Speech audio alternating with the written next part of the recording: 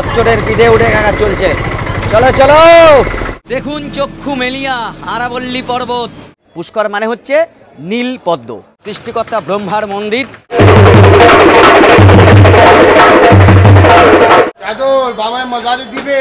আচ্ছা, এই হচ্ছে চাদর। এখন দাঁড়িয়ে আছি আনা সাগরের সামনে। এই হচ্ছে অরিজিনাল চেহারা পাঞ্জাবি। দেখুন রাজস্থানের এই যে বিখ্যাত খাবার ডাল বাটি চুরমা। রাজস্থান ভ্রমণে আজ আমাদের দ্বিতীয় দিন। আজ আমরা ঘুরে দেখব হিন্দু মুসলিম মিলন ক্ষেত্র আজমের। একদিকে আজমির শরীফ দরগা, অন্যদিকে পুষ্কর এবং একমাত্র ব্রহ্মা মন্দির।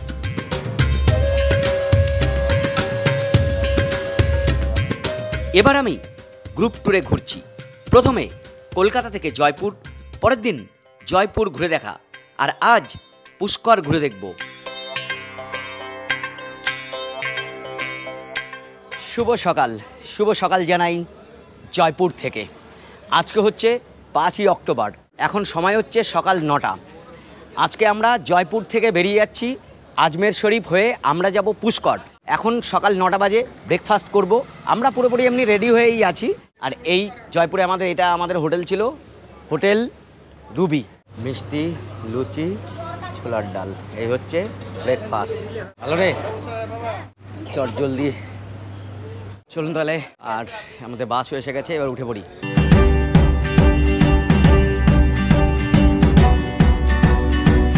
যেতে যেতে পথে বাস দাঁড় করিয়ে দিল। চায়ে বিরতি, আরও দুধ, বেশি মিষ্টি। আহা কি টেস্টি। এই হচ্ছে আমাদের ড্রাইভার দাদা, বাস চালাচ্ছেন, খুব ভালো মানুষ। এইখানে দেখছি এই যে নানান রকম পাথুরে জিনিসপত্রগুলো বিক্রি হচ্ছে। এই হচ্ছে রাজস্থান, সবুজ নেই বললেই চলে। ধুধু প্রান্তর আমি দেখছি চারিদিক রয়েছে। আজমের শরীফ, যেটা কিন্তু মক্কা মদিনার পরেই এই আজমেরের আজমির শরীফের স্থান। চা পান করে আবার যাত্রা শুরু হলো। এখান থেকে আজমের শরীফের দূরত্ব প্রায় 150 কিলোমিটার। যেতে সময় লাগবে 3 ঘন্টা মতো। এখানে খুব একটা গরম নেই, ঘাম তো নেই, আর্দ্রতা কম। আর এইদিকে কিন্তু এই বাবলা মণিমনসা ক্যাকটাস এর সংখ্যা বেশি দেখছি। মাঠকে মাঠ, খেতিবাড়ি তো নেই, শুধু বাবলা গাছ।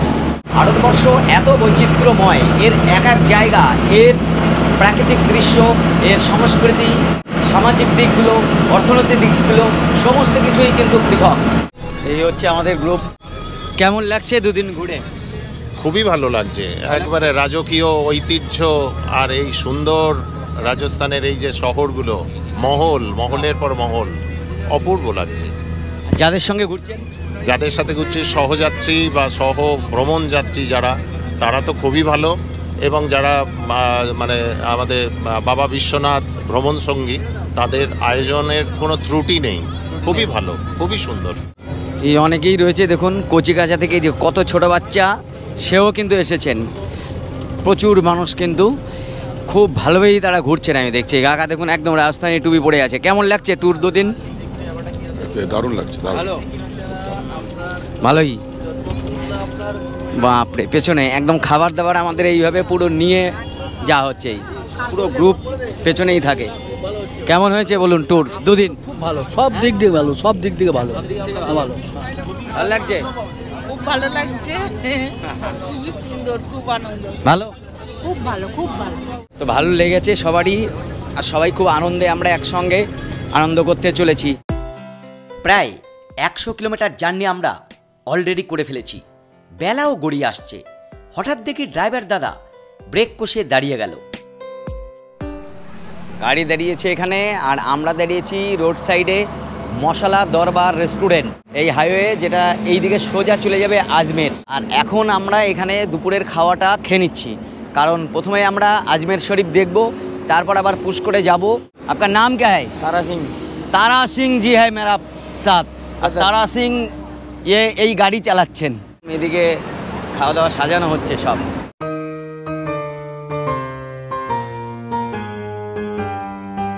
ভালো লাগছে? খুব মিষ্টি মেয়ে।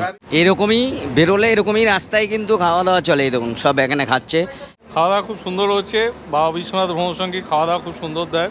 এই হচ্ছে আমাদের দুপুরের খাবার, ডাল ভাত, এদিকে সয়াবিন আছে, ধোকা রয়েছে, আলু ভাজি আছে, ঝুরঝুরি। পুষ্কর যাচ্ছি যেহেতু সেখানে তো আমিষ চলে না, পুরোটাই নিরামিষ, তো যাওয়ার পথে আমরাও এখন নিরামিষই খাবো। রান্না কেমন? দারুণ। ঠিক আছে। খাওয়া শেষে আবার জার্নি শুরু। এখনও 30 কিলোমিটার বাকি। এ পর্যন্ত ঠিকই ছিল, হঠাৎ দেখি ড্রাইভার দাদা আমাদের সাবধান করলেন। वहाँ पर अपना अपना सामान सब संभाल के रखना, अंगूठी वगैरह जो भी है, पर्स वगैरह सबको संभाल के रखने का, क्योंकि वहाँ कोई किसी की गारंटी नहीं लेता। ठीक है, वहाँ पर पुलिस वाला भी नहीं बताएगा आपको कि क्या होने वाला। वहाँ पुलिस वाला भी साथ नहीं देगा। अच्छा, हाँ, आप जैसे आपका कोई पर्स चोरी हो गया, आप पुलिस को बोलोगे, वो कुछ नहीं बोलेगा। बोले अपना सामान खुद का खुद ध्यान रखो। আপনার যত নামি দামি জিনিসপত্র আছে না, সব বাসের মধ্যে রেখে তারপরে দরগায় যাবেন। এই আজমের শহরে আমরা ঢুকছি এবার। ও, আজমের শরীফে ঢোকার আগে এইখান থেকে দৃশ্য মানে অপরূপ দৃশ্য। সামনে আরাবল্লী পর্বত, এই প্রথম এত কাছ থেকে আমি আরাবল্লী পর্বত দেখছি। এখন আমরা আজমের শহরে প্রবেশ করেছি। আজমের শরীফ আমাদের যেতে হবে, কিন্তু তার আগে আমাদের বাস এখানে দাঁড় করিয়ে দিয়েছে। ব্যাপার হচ্ছে বাস কিন্তু পুরোপুরি ওই আজমের শরীফের পাশাপাশি বা কাছাকাছি যাবে না। অটোগুলো রয়েছে, এই অটোতে করে আমাদের আবার মাজারের কাছে গিয়ে পৌঁছাতে হবে।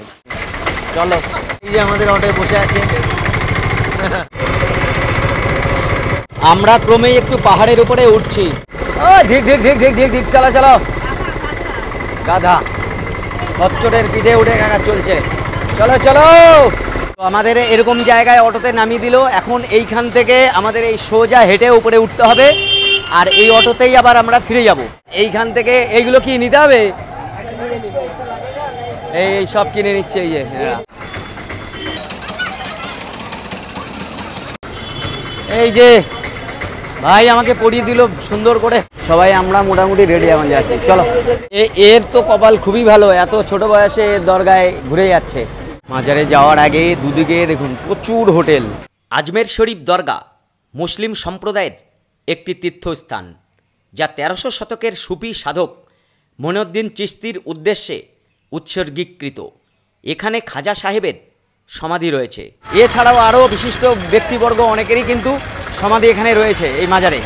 এইটা মুসলমান সম্প্রদায়ের কাছে মানে বিরাট একটা পবিত্র জায়গা। মক্কা মদিনার পরেই কিন্তু অবস্থান হচ্ছে এই আজমেরের দরগার। এই রাস্তায় বিক্রি হচ্ছে কে আয় ভাইয়া? ইয়ে হ্যাঁ, ফ্রুট ক্রিম 50 টাকা একটাই, এত বড় বড়।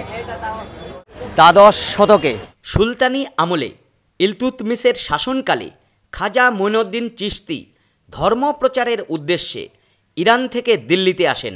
তারপর তিনি ধর্মপ্রচার করতে করতে তিনি চলে আসেন আজমেরে। আর আজমেরে এসে এইখানেই কিন্তু তার শেষকৃত্য হয়েছিল। তার সমাধি এখানেই রয়েছে।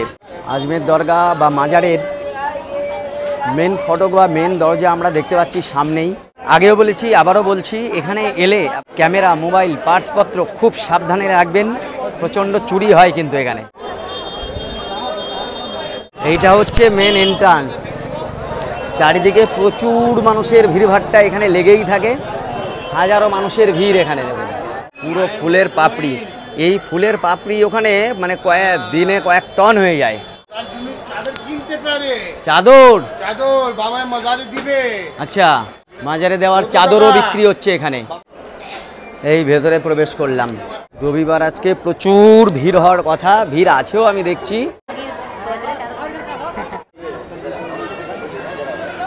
এখান থেকে সবাই আগে ফ্রেশ হয়ে নিচ্ছে, ফ্রেশ হয়ে তারপরে মাজারে প্রবেশ করছে। এখানে কিন্তু বিভিন্ন মুঘল সম্রাটরাও এসেছেন। আকবর এসেছেন, জাহাঙ্গীর এসেছেন, বিভিন্ন মুঘল সম্রাট এসে এই মাজারে তারা কিন্তু চাদর দান করেছেন।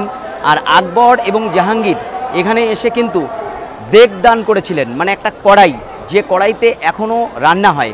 আর সেই কড়াইয়ের রান্না খাওয়ার জন্য সেটা একটা মহাপ্রসাদ বলা যায় এনাদের। তার জন্য কিন্তু হাজার হাজার মানে ভক্তরা বসে থাকেন।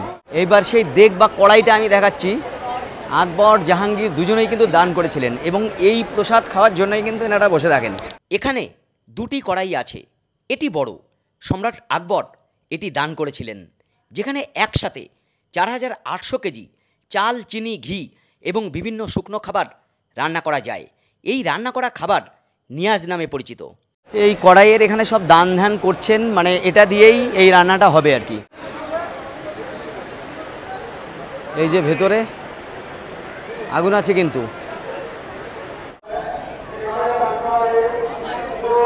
এত মানুষের ভিড় এখানে কল্পনা করতে পারছি না, আর এটা মাথায় নিতে হবে, তবেই আপনি ভেতরে প্রবেশ করতে পারবেন।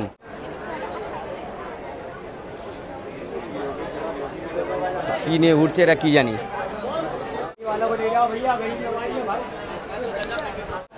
এই যে ফুলের পাপড়ি, এইগুলোই আসলে প্রচুর জমা হয় ওখানে মাজারে সমাধির উপরে। আর এই ধরনের রুমাল বিক্রি হয় 20 টাকা করে নেয়। এই আমি যেটা পড়েছি এটার দাম নিয়েছে 20 টাকা।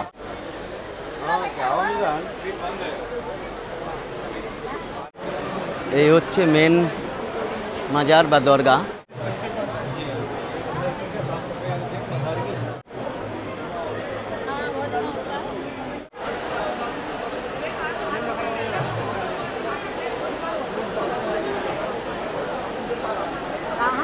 দরগা শরীফ এমন একটি স্থান যেখানে ইচ্ছা এবং আকাঙ্ক্ষা পূর্ণ হয়। সারা বিশ্ব থেকে ভক্তরা খাজা বাবার আশীর্বাদ পেতে এবং তাদের ইচ্ছা পূরণের জন্য দরগায় আসেন। প্রায়শই তাদের ইচ্ছা পূরণ হয়।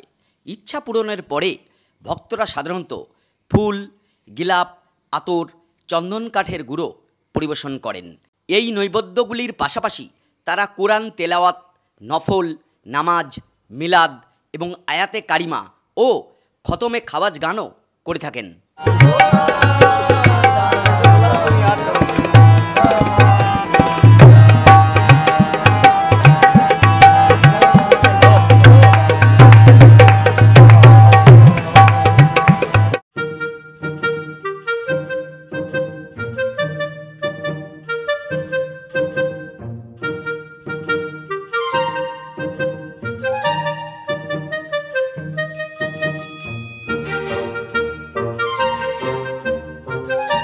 কেমন লাগছে এখানে এসে তাই বলুন? দারুণ দারুণ ভালো লাগছে? মানে আমার এত ভালো লাগছে এখানে এসে, মানে ভীষণ ভীষণ ভালো লাগছে।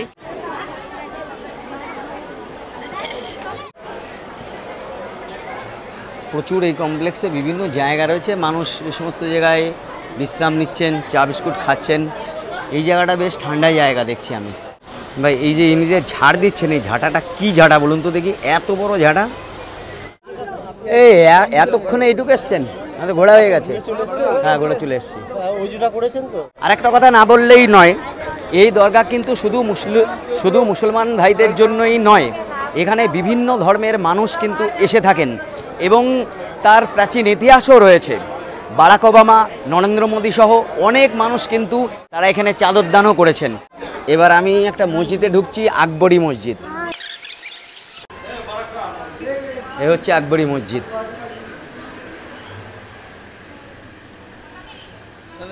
এটা আসলে একটা বিরাট বড় কমপ্লেক্স, যেখানে এই নানান সমাধি রয়েছে, মাজার রয়েছে, রয়েছে বিভিন্ন মসজিদও।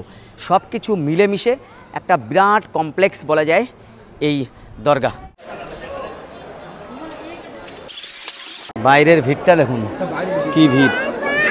এখানকার বিখ্যাত খাবার এ কে है भैया? ये हाँ, হালুয়া। হালুয়া কত রকমের মিষ্টি খাবার দাবার বিক্রি হয়েছে এখানে, তাই দেখুন। কে है? সোনপাপড়ি। এই হচ্ছে মূলত একজন প্রকৃত রাজস্থানী মানুষ এবং তার পাগড়ি দেখতে পাচ্ছি। এই যে ভাইয়া কে है? চায়ে মারওয়াড়ি চায়। এই আর এই চা বিক্রি করছে, এখন চা খাবো ना। वो क्या डाला? ये रजवाड़ी मसाला चाय, इलायची पाउडर। कितने की है भैया? 10 रुपया। आपका नाम क्या है? भीमराज। भीमराज। हाँ? भीमराज। ভীমরাজ। আরে ভীমরাজ ভাই দরগায় এসে চা বিক্রি করছে। কেমন ভাই, কেমন লাগছে? অসাধারণ, ভালো, দারুণ দারুণ। এ আর এক ভাইয়া ইয়ে চায় বিক্রি করছে। চেয়ারটা দেখো, অরিজিনাল রাজস্থানী, হ্যাঁ না? এই দরগায় এলে কিন্তু এরকম জায়গা থেকে চাটা অন্তত ট্রাই করবেন। মশলাদার চা মাত্র 10 টাকায়, দারুণ টেস্ট হয়। লবণ লবণ। এই দেখুন এই দরগার এখানে বিখ্যাত খাবারগুলো একবার নজর দিন, এই দাদার দোকানে আছে। মাজার আমাদের ঘোরা হয়ে গেল, বেশ ভালো লাগলো, প্রচুর মানুষ এখানে আসেন। এরপরে আমরা পুষ্কর যাব। আনাসাগর লেক, এই হচ্ছে বিখ্যাত আনাসাগর আজমেরের।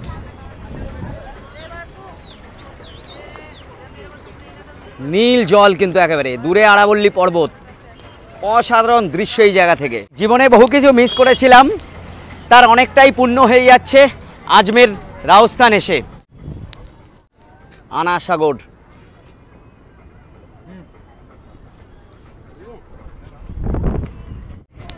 এটা আজমিরের একটা অন্যতম মানে পর্যটন স্থল বলা যায়। আর আমার এই পাশে পুরোটাই হচ্ছে আরাবল্লী পর্বত। আজমের শরীফ আমাদের দেখা হয়ে গেছে, এখন আমরা ডাইরেক্ট চলে যাব পুষ্কর। পুষ্কর এখান থেকে এখনও 20 কিলোমিটার বাকি আছে। আর বেলা প্রায় হেলে এসেছে, এখন 4টের উপরে বাজে, জানি না কত দূর দেখাতে পারবো। আমাদের বাঁদিকে আনাসাগর। এবার আমরা আরাবল্লী পর্বতের উপরে উঠছি।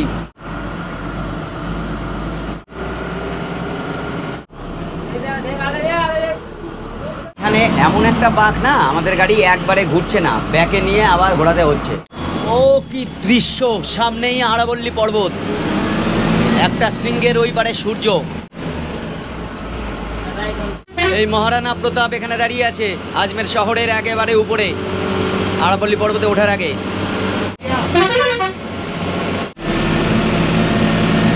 এখানে সব ভুট্টা বিক্রি হচ্ছে, ভুট্টা। গহীন খাত আর আঁকাবাঁকা রাস্তা।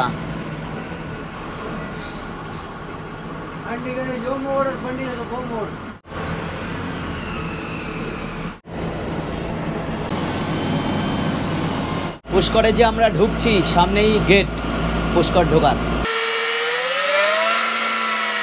এই পুষ্করে এন্ট্রি করছি। এখন পুষ্করের দিকে যাচ্ছি আর ভাবছি, পাশাপাশি হিন্দু এবং মুসলমান দুটো সম্প্রদায়ের অন্যতম দুটো জায়গা। মেলাকে মাঠ, এই পুষ্কর মেলার মাঠ। সামনেই উটের দেখাই প্রথম, রাজস্থানে এসে উটের দেখা পাচ্ছে এই প্রথম। এই দেখো, এই পুষ্কর শহর, পরপর উটের দেখা পাচ্ছে এখন। এই উটের পিঠে উঠে ঘোরা যায়, মানে উট সাফারি, যেটা ক্যামেল সাফারি। রে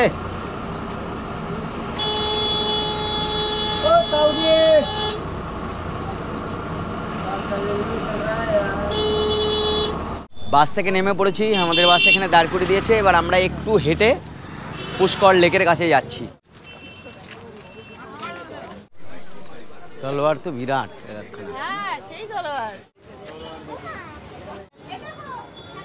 এইবার প্রথমেই আপনাদের যেটা জানাতে হবে, পুষ্কর আসলে কি? পুষ্কর হচ্ছে একটা লেক।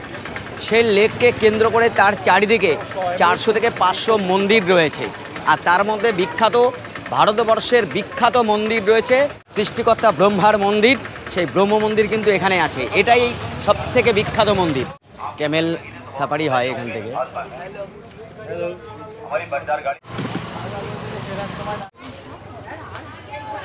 পুষ্কর শহরটাও কিন্তু পুষ্কর লেককে কেন্দ্র করেই। সংস্কৃত ভাষায় পুষ্কর কথার অর্থ হচ্ছে নীল পদ্ম।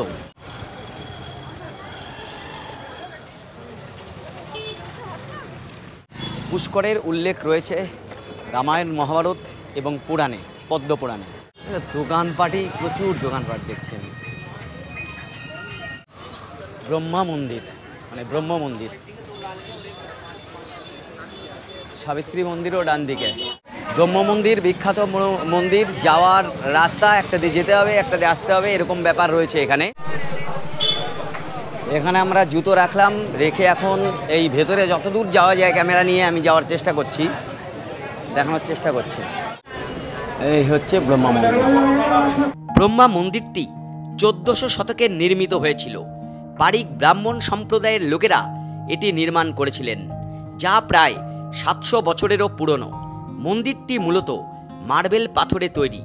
মন্দিরের গর্ভগৃহে 4 মাথাওয়ালা সৃষ্টিকর্তা ব্রহ্মা এবং তার স্ত্রী গায়ত্রী দেবীর প্রতিকৃতি রয়েছে। কার্তিক পূর্ণিমায় পবিত্র পুষ্কর হ্রদে স্নান করে বিপুল সংখ্যক তীর্থযাত্রী মন্দিরে আসেন। তবে এটি বিশ্বের একমাত্র ব্রহ্মা মন্দির কিনা তা নিয়ে বিতর্ক রয়েছে। এখানে এই ভাই বাজাচ্ছে।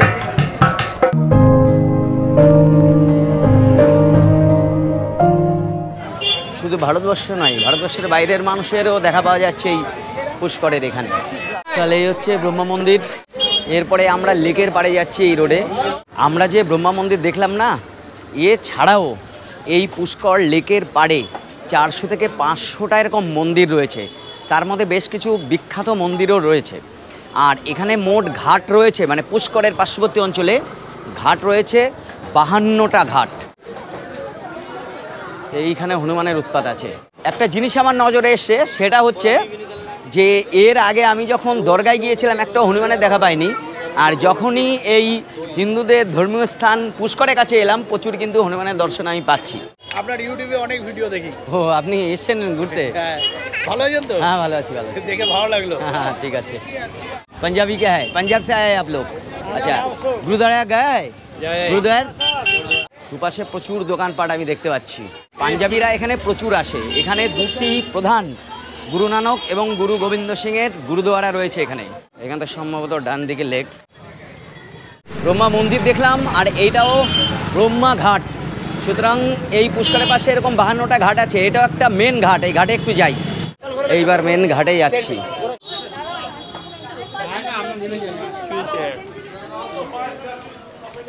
সামনেই আমরা দেখতে পাচ্ছি সেই প্রতীক্ষিত মহাপবিত্র হ্রদ পুষ্কর। চলুন এবার একটু পবিত্র জল স্পর্শ করি। বাপরে, এখানে তো প্রচুর মাছ রয়েছে, এই দেখুন প্রচুর মাছ। প্রথম কাজই হবে এই পবিত্র জলকে স্পর্শ করা। পুষ্কর লেক।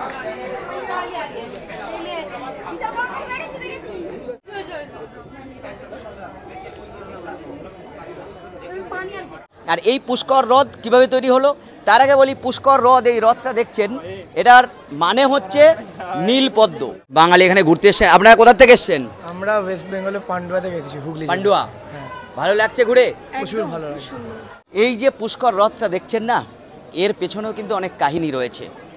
এইখানে সৃষ্টিকর্তা ব্রহ্মা 1000 বছর কাটিয়েছিলেন এই পুষ্করে, এবং এই হ্রদটা তৈরি হওয়ার পেছনেও হাত রয়েছে কিন্তু তার। তিনি এই মর্তে এসে এইখানে তার ভালো লেগেছিল, সবুজ বন, নানান পশু পাখি দেখে কিন্তু তার ভালো লেগে যায়। তারপর তিনি সিদ্ধান্ত নেন যে এখানে তিনি তপস্যা করবেন। প্রায় 1000 বছর এখানে ছিলেন। তারপর তিনি এখান থেকে বিদায় নেন ঠিকই। পরবর্তীতে এইখানে তিনি একটা পদ্ম নিক্ষেপ করেছিলেন, মানে পদ্ম ফেলেছিলেন, আর তার থেকেই এই পুকুর তৈরি হয়েছে পুষ্কর। এইবার পদ্মটা যখন এখানে ফেলা হয় না, তখন কিন্তু পুরো পৃথিবী জুড়ে কেঁপে উঠেছিল। তখন সমস্ত দেবতারাও চমকিত হয়ে গেল, দেবতারাও ভয় পেয়ে গেলেন। কি এমন ব্যাপার? দেবতারা ভয় পেয়ে তখন ব্রহ্মার কাছে যান যে প্রভু কী হয়েছে, এই রকম কেন কেঁপে উঠলো, আর আপনি কি করলেন? তখন উনি ওনাদের ব্যাখ্যা দিলেন। বজ্রনাভ নামে এক রাক্ষস ছিলেন, যিনি বাচ্চাদের প্রাণ হরণ করতেন। তিনি দেবতাদেরও এখানে মারতে এসেছিলেন, সেই জন্য পদ্ম নিক্ষেপ করে সেই রাক্ষসকে তিনি হত্যা করেছিলেন। যাই হোক, তারপর থেকেই এইখানে এই এত ঘটা এবং স্বয়ং ব্রহ্মার মন্দির তৈরি হয়েছে। এবং এই পুষ্কর না পুরোটাই তারই সব লীলা খেলা। এখানে এরকমভাবে 52টা ঘাট আছে। এরকম এইখানে আর একটা ঘাট রয়েছে, একটু দেখেন। কোথা থেকে এসছেন আপনারা? পান্ডুয়া। এই আর একটা ঘাট, এবং এইখানে প্রচুর মাছ রয়েছে। যে এত মাছের সমাহার দেখুন এখানে। এই মাছ কিন্তু কেউ খায় না। এই শহরটা পুরোটাই কিন্তু নিরামিষ, অর্থাৎ নিরামিষই এখানে আসলে ভোজন করতে হবে। দূরে কিন্তু আরাবল্লী পর্বত। এই আরাবল্লী পর্বতের পাড়েই কিন্তু এই পুষ্কর লেকটা। এই পার্শ্ববর্তী অঞ্চলে এরকম প্রায় 400টা মন্দির রয়েছে। এই আর একটা বিখ্যাত ঘাট। আর এইখানে এইগুলো মানুষের খাবারের জন্য না, এগুলো সম্ভবত মাছের জন্যে। কে? ও, এই দেখো।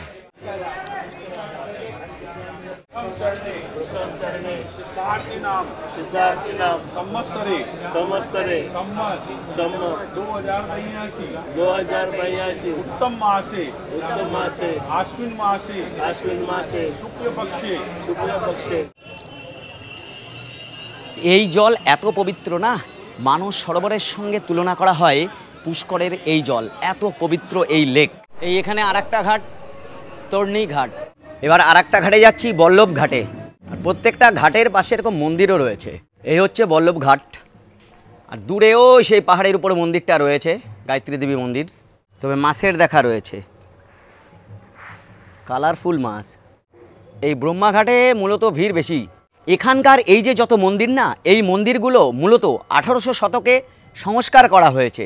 তার আগেও অনেক মন্দির ছিল। ব্যাপার হচ্ছে মুঘল আমলে এখানে অনেক মন্দির যেমন ধ্বংস করা হয়েছে, তেমনি অপবিত্র করা হয়েছে। সম্রাট ঔরঙ্গজেব, এই ঔরঙ্গজেবের আমলে সবথেকে বেশি মন্দির ধ্বংস হয়েছে। মূলত ঔরঙ্গজেবের সেনারা এই মন্দির, এখানকার বেশিরভাগ মন্দির কিন্তু ভেঙে দিয়েছিল। যাই হোক, পরবর্তীতে আবার সেগুলো সংস্কার করা হয়েছে। তো মুঘলরা আমাদের ভারতবর্ষের এরকম প্রচুর মন্দির কিন্তু ধ্বংস করে দিয়েছেন। আর ওই জন্যেই দেখা যায় যে মসজিদের নিচে মন্দিরের অবস্থান, এটাই আসল কারণ। এগুলো কি, ক্যা है? মালপোয়া। মালপোয়া এত বড় বড় হয়েছে দেখুন, ভাত যেয়ে দেখুন মালপোয়া। कितने के है पीस? 50 का दो। পুষ্করের ঘাটগুলো কিন্তু বেনারসের মতো না, যে ঘাট বরাবর আপনি একদম পুষ্করের চারিদিকে সব মন্দিরগুলো এবং ঘাটগুলো ঘুরে দেখলেন। আপনাকে এই রকম জায়গা দিয়ে হেঁটে হেঁটে তারপরে ঘাট দিয়ে যেতে হবে। কোন ঘাটটা বলতে পারছি না, কিন্তু এখানে আরতি হচ্ছে, সন্ধ্যা আরতি।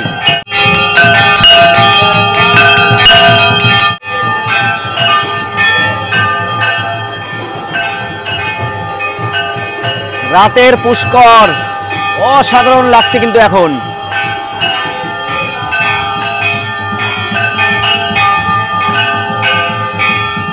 সোজা এটা হচ্ছে জয়পুর ঘাট। এইখান থেকে সানসেট সব থেকে ভালো দেখা যায়।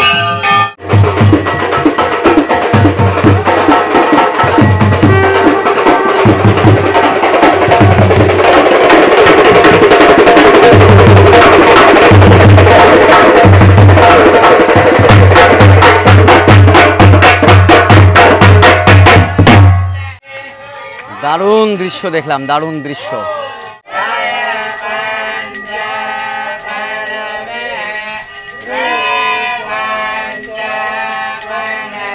এই জায়গার এই মালপোয়াগুলো কিন্তু বিখ্যাত, দুটো 50 টাকা নেয়। দাদা ভাত যেই যে এখানকার অলিগলি অনেকটা সেই বেনারসের কথা মনে করিয়ে দিচ্ছে। মানে বেনারসেও কিন্তু অলিগলিতে এরকম প্রচুর গরু ঘুরে বেড়াতে দেখা যায়। পুষ্করে এখানে রাজস্থানী চুড়ি দেখুন কত।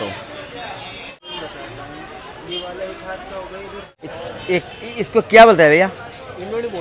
हाँ? कलश रखने में काम आती है। क्या? कलश रखने में काम आती है। हाँ। এই যে এখানকার বিখ্যাত ডাল বাটি চুরমা, এই যে এইটা দিয়েই তৈরি হয় এইখানে। ডাল বাটি চুরমা হয় না? পুষ্করে আমরা এই হোটেলে উঠেছি, হোটেল সানরাইজ প্যালেস। আচ্ছা, বাসের ভিতর থেকে লাগেজপত্রগুলো ওরাই বের করে এখন রুমে দিচ্ছে। চলো, আমাদের ফার্স্ট ফ্লোর। এই হচ্ছে রুমের ভেতরটা। ঠিক আছে রুম। আচ্ছা, এখানে বেড তো রয়েছে, বেড 2 জন 3 জন এখানে থাকা যাচ্ছে। এখানে দুটো চেয়ার, একটা টেবিল রয়েছে। আর এই পাশে দেখলে এরকম বেশ বড় জায়গা, এসির ব্যবস্থা রয়েছে, ফ্যানের ব্যবস্থা রয়েছে। আর টয়লেটটা, ওরে বাপরে, টয়লেটটা তো অনেক বড় দেখছি আমি। হ্যাঁ, আর এর থেকে আবার এই রুম, এখানে একটা ওয়ার্ডরোব রয়েছে, বেশ সুন্দর আর কি রুমটা, অসুবিধা নেই।